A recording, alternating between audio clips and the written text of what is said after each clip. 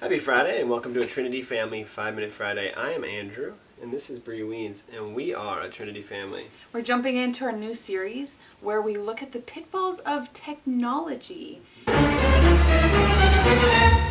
first thing we're going to talk about are books. Yes, ladies and gentlemen, books are technology. It's not a screen, but we haven't always had books around. And so we want to look at what are the benefits of having books, but what are the drawbacks of having books in our society that we may not even think of because we've had books around since we've been alive. Yeah, and I tell you what, I am more of a bibliophile than probably anybody. I like my books, but it's so true. There are downsides to every technology, including those ones that we overlook, such as books. Yeah, and I think the first of which is just, like you say, the loss of oral tradition. And as storytellers, losing our capacity to create, to express ourselves creatively, and even to unload our own tales. Whether that's creative ones that we're making up and are lost to history because we just told them that one night, or whether it's actually taking the time to relive our memories and pass those on to the other generations. Yeah, and not only just telling our stories, but as receivers of stories, I think we receive a crucial part of our identity when we receive the stories of those who have gone before us. Mm-hmm.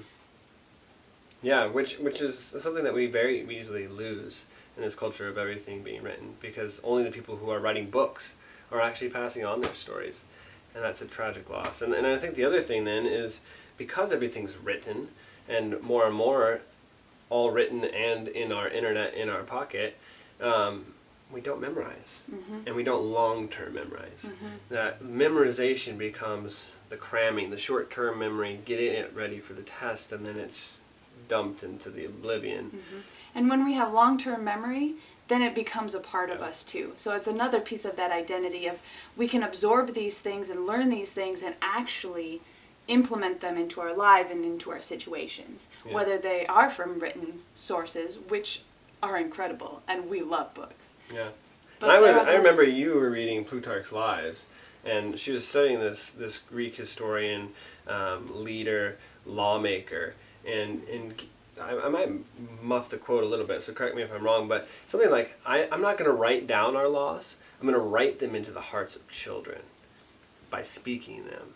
And that gets really, I think, to the heart of what we're saying, is when we pass on these stories, when we teach them our traditions, when we quote the Shakespeare and all these, the Bible and all these different things, it gets into our kids. They internalize it in the long-term memory banks, and it becomes a part of them. And it becomes outpoured into our speech, into our lives. So, our tip for you today is take one storytelling time where you usually read a book and flip it and have it become you telling the story. So whether it's one you make up or one that's from your life, start telling stories. And here's a tip, something that we've done. Just pick your kid's age. Say 5. Think of a time, okay, when I was 5, what's a memory I have? And tell that story. It's an easy place for that kid to connect. Oh, that was what you were doing when that's so cool. Easy place for you to just start to rack your brain. It's a great place to start. However you get started. And then they'll start giving you assignments on what to think of next. Yeah. So enjoy telling stories. Pass them on. Your kids, our kids, need our stories. Happy Friday. Bye.